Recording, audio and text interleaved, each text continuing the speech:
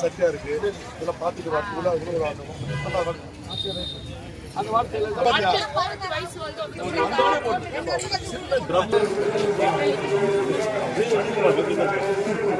உங்கள் வீட்டுக்குள்ளே நம் மண்ணின் மைந்தர் அறிவியல் குடிநீர் பலராமலேகள் நமக்காக நல்ல திட்டங்களை எல்லாம் கொடுத்தவர் நம்ம ஊருக்கு சொல்றவங்க அவங்க பேரை சொல்லி வரணும் வந்து முன்னாடி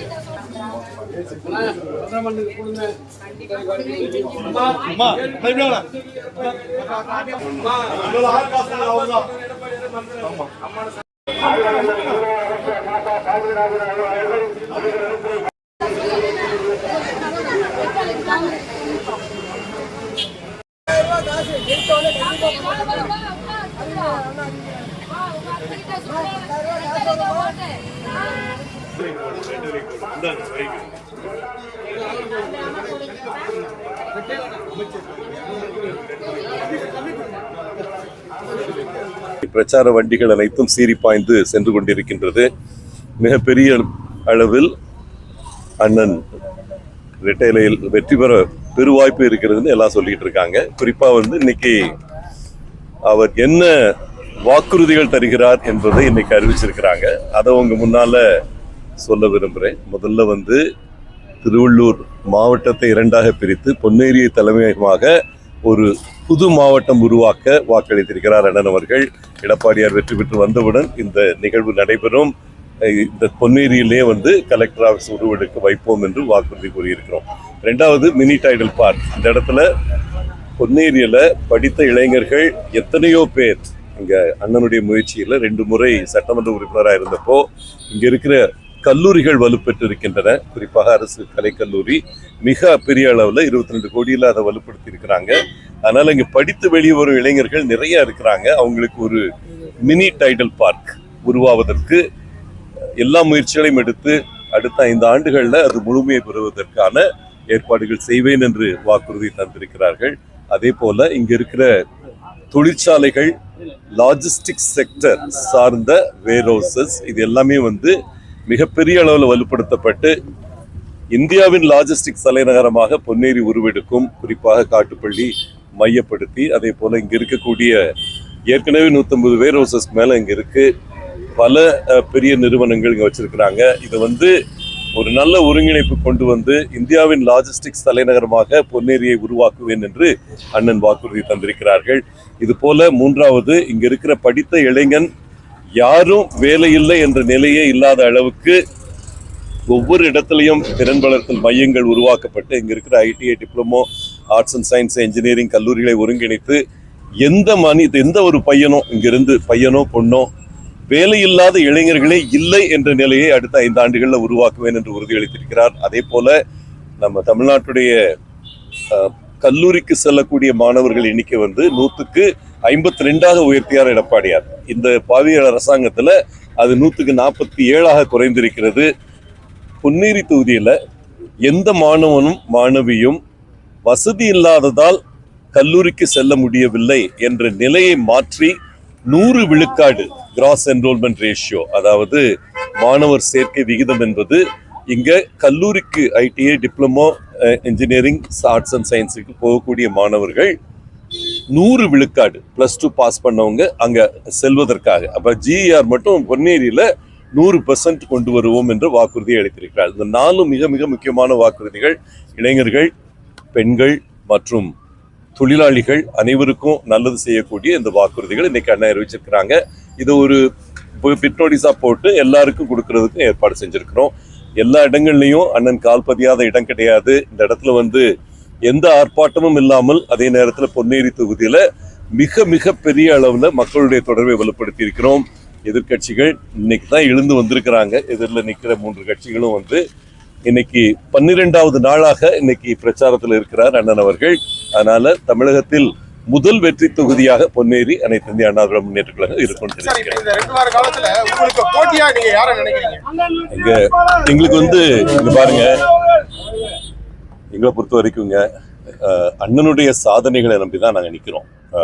எடப்பாடியாருடைய சாதனைகள், அதே போல சிறுனியம் பலராமன் அவர்களுடைய 10 ஆண்டு எம்எல்ஏவா இருந்தப்ப சாதித்த விஷயங்களை எங்களுக்கு துணை நிற்கிறது.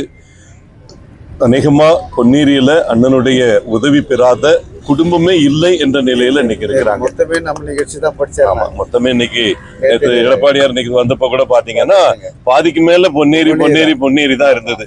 பொன்னேரி, மீஞ்சூர், சோழவரம் தான், பழவேற்காடு அதிக அளவுல இருந்து பழவேற்காடு. உங்களுக்கு தெரியும், இது எல்லாமே பொன்னேரியின் சாதனைகள். அந்த சாதனைகளுக்கு நாங்க வாக்கு கேட்டுட்டு இருக்கோம். எங்களுக்கு தெரிஞ்சு இன்னைக்கு எதிரிகள் அனைவருமே டெபாசிட் இழக்கக்கூடிய வாய்ப்பு தான் அதிகமா இருக்கு. எங்களை பொறுத்த வரைக்கும் எந்த பயமும் கிடையாது. புரட்சி தலைவி அம்மாவோட ஆசி இருக்கு எங்களுக்கு, புரட்சி தமிழருடைய ஆதரவு இருக்கு எங்களுக்கு. கண்டிப்பாக மிகப்பெரிய வெற்றியை எதுவும் என்று நாங்கள் நினைக்கிறோம். எங்களை பொறுத்தவரைக்கும் 3 பேருமே ஒன்னா தான் நாங்க பாக்குறோம். இவர் அதிகம், இவர் கம்மின்னு இல்லை.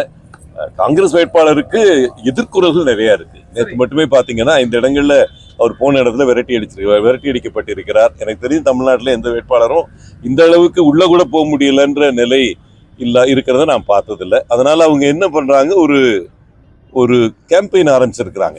எங்க வேட்பாளரை பத்தி நெகட்டிவா சொல்லி கேம்பெயின் ஆரம்பிச்சிருக்காங்க.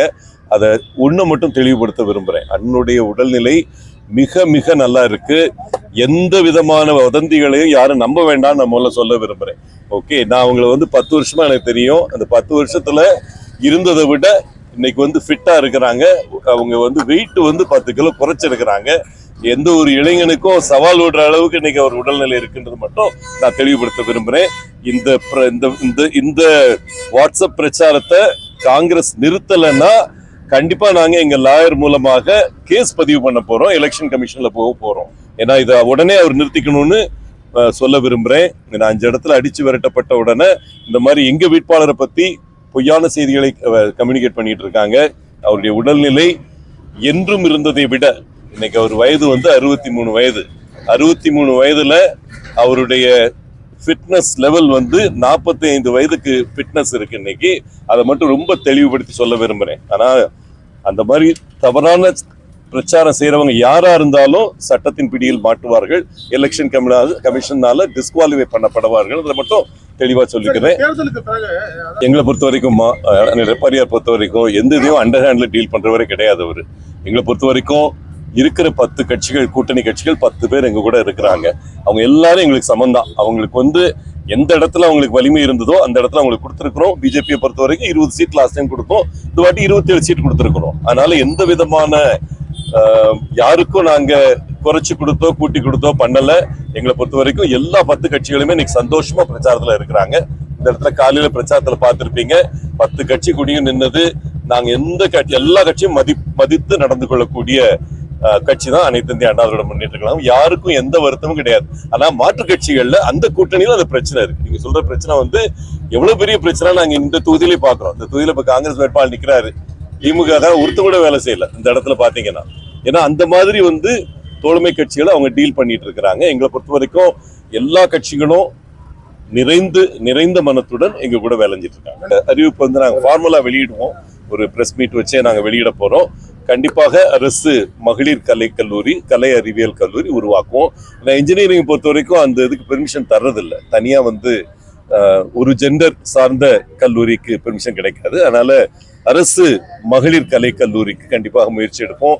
ஏற்கனவே இருக்கிற அரசு கலை கல்லூரிக்கு உயிர் கொடுத்தது அண்ணன் அவர்கள் தான். அதை மறந்துடாதீங்க. 22 கோடிக்கு இந்த எம்எல்ஏ எவ்வளவு பண்ணியிருக்காருன்னு கேளுங்க. எங்களை பொறுத்த வரைக்கும் 22 கோடி சிஎஸ்ஆர் மூலமாகவும் அரசு நேரடி நிதி மூலமாகவும் அளித்து அந்த இடத்துல உங்க சொந்த 80 லட்சம் ரூபாய் எம்எல்ஏ நிதியில இருந்தும் இருக்கிறதே எம்எல்ஏ உங்களுக்கு தெரியும் 5 கோடி தான். அதுல 80 லட்சத்தை அந்த கல்லூரிக்கு கொடுத்து அந்த கல்லூரிக்கு நாங்க சென்ற முறை வேலைவாய்ப்பு முகாம் நடத்தினப்போ அந்த அளவு எழுச்சியோட அவங்க வரவேற்பு தந்தாங்க. அது போல இந்த இடத்துல கல்விக்காக எந்த எம்எல்ஏக்காக துணிச்சல் இருக்கான்னு நான் கேட்கிறேன். 100 விழுக்காடு எந்த பிள்ளை +2 முடிச்சுட்டு காலேஜுக்கு போகணும்னு நினைச்சாலும் அவங்களுக்கு எங்கிருந்தாவது நிதி பெற்று அவங்களுக்கு அந்த படிப்புக்காக எல்லா வசதியும் செஞ்சு தருவேன்னு வாக்குறுதி கொடுத்திருக்கிறாரு. நிறைய தொழில் அமைப்புகள் நிறைந்த இடம் இது. ஆனா அதுல அண்ணன் இருந்தப்போ அவங்க சிஎஸ்ஆர் எல்லாம் மக்கள் பணிக்காக பயன்படுத்தப்பட்டது. கடந்த 5 வருஷத்துல இந்த எம்எல்ஏ எந்த மக்கள் பணிக்காக பயன்படுத்தினாருன்னு சொல்ல சொல்லுங்க. ஏன்னா அதே அதானி, அதே என்டிபிசி, அதே நிறுவனங்கள் தான் அப்பயே இருந்தது. அங்கிருந்து சிஎஸ்ஆர் நிதி எங்கே சென்றது என்று அவரை சொல்ல சொல்லுங்க. எங்களை நாங்க லிஸ்ட் கொடுப்போம்.